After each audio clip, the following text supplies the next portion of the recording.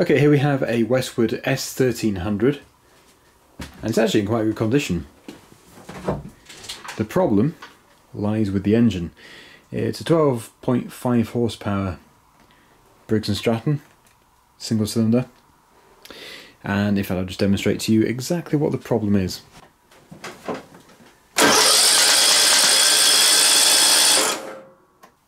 I don't know how well that came across on camera, but basically the conrod has snapped. The reason why is because it was run with very low oil. So what I'm planning on doing is changing the engine. I actually have another one of these. So yeah, we're going to just pull this out, take the sump off, inspect it, see if it is actually repairable. I doubt that it's going to be repairable because usually when the conrod snaps it takes something else with it, either the block or the piston itself, or maybe the crankshaft. But it'll be interesting to see what's actually been going on in there.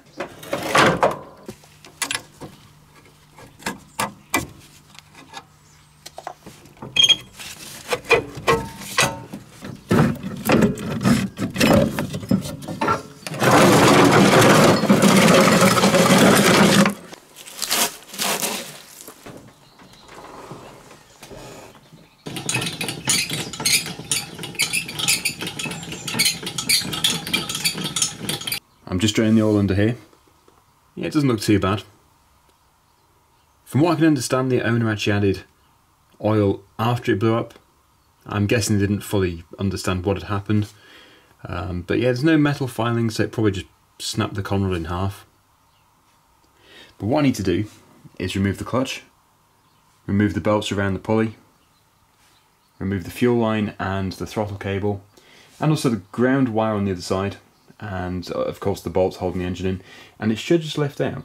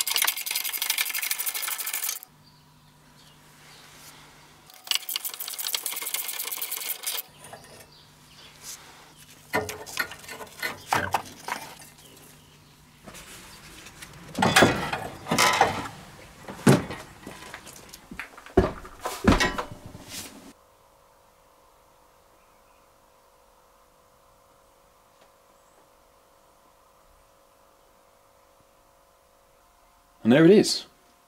The pulley block just here is actually stuck on. That's why I took the clutch off separately.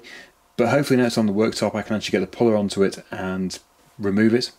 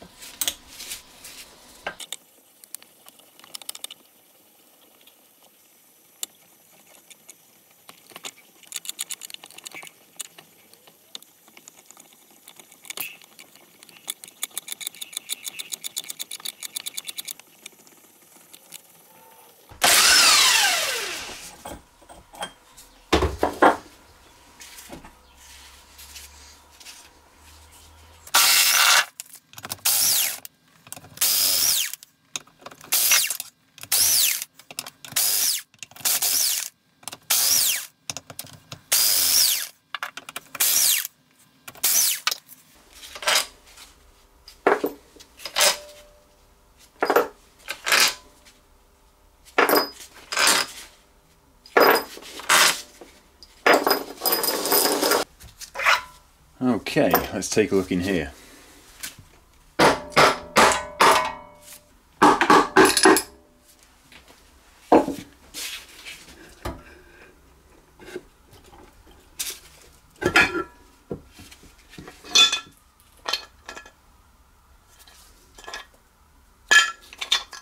Part of the big end. There's another piece. And there's another piece.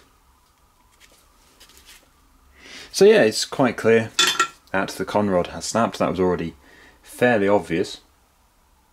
But it looks like it was the big end that gave way. Lots of pieces. Yep, that's all you have to do to split it into 4. Just don't add oil. It's amazing how many people actually do that.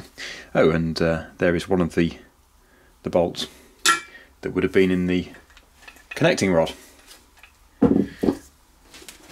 Let's take a look further into the engine.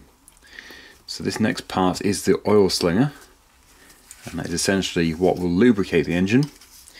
But of course it couldn't do its job because there was no oil to sling. But it seems to be working fine. All the teeth are there on the gear. So yeah, I don't think that was the reason. I think it really was just very low on oil. Next we have the camshaft. And the best way of removing the camshaft is to align the timing marks.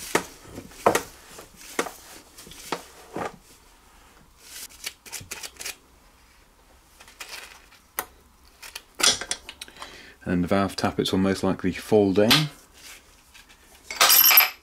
Yep, right on cue. So as for the camshaft, it does seem to be okay. The camshaft is actually one of the most common failing points on these engines. This little compression release here usually breaks off. When I say usually, I don't mean it happens all the time. I mean when there's a problem with these engines, it does tend to be this little weight here. It just sort of falls to pieces. But this one seems to be fine. Okay, the push rods have just fallen through as well. Yeah, so as suspected, it is very scored. It could just be aluminium that's transferred, because the aluminium is softer. But there does look to be quite a big gouge. Yes, there is a big gouge just here, but that could again just be aluminium. It's quite hard to tell. Now for a moment there I thought, oh wow, this is one of the first engines which is actually blown up and not put a hole in the side of the crankcase. But no, just lurking over here near the starter motor, there is a lovely hole. It wasn't obvious before because there was no oil, well not that much oil, leaking out of the engine. Sometimes when it blows, it just throws oil everywhere. So no, sadly, it's not economical to repair in any way, because it would need most likely a new crankshaft, a new crankcase. It's a total rebuild. These engines aren't that expensive in the first place, and I already have one to put in, which was my intention anyway. I never really had the intention of fixing this up.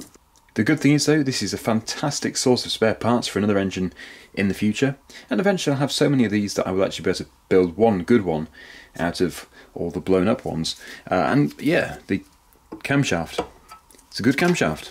So next time one with the compression release breaks, I can just use this one, so that would be good. I'm sure there will be quite a few disappointed people if I don't show you what the piston and the rest of the conrod looks like. So the next thing to do is to remove the head, and we can have a full examination of what exactly happened.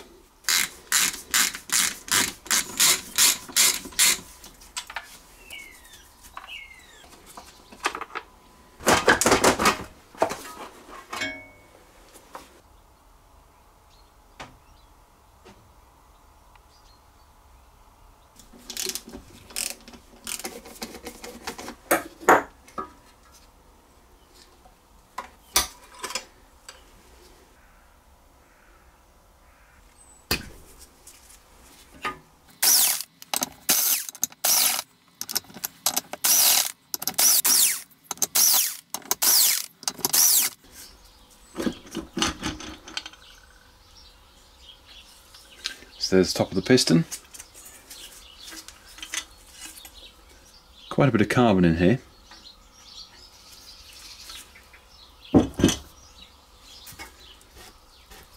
Piston still moves freely. Again, lots of carbon. It might have even been burning oil before it blew up, if there was any oil to burn.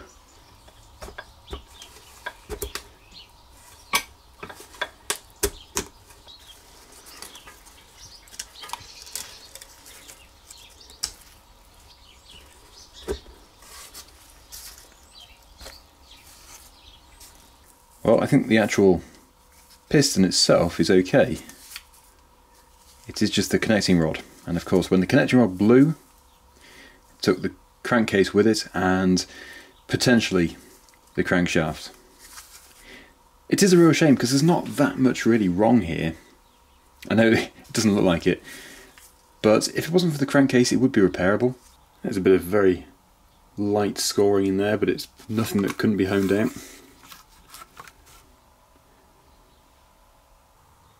Here is the replacement engine. It is slightly newer, even though it's a little bit rustier. It does say 13 horsepower and the other one says 12.5, but it is essentially the same engine. They're both Model 21.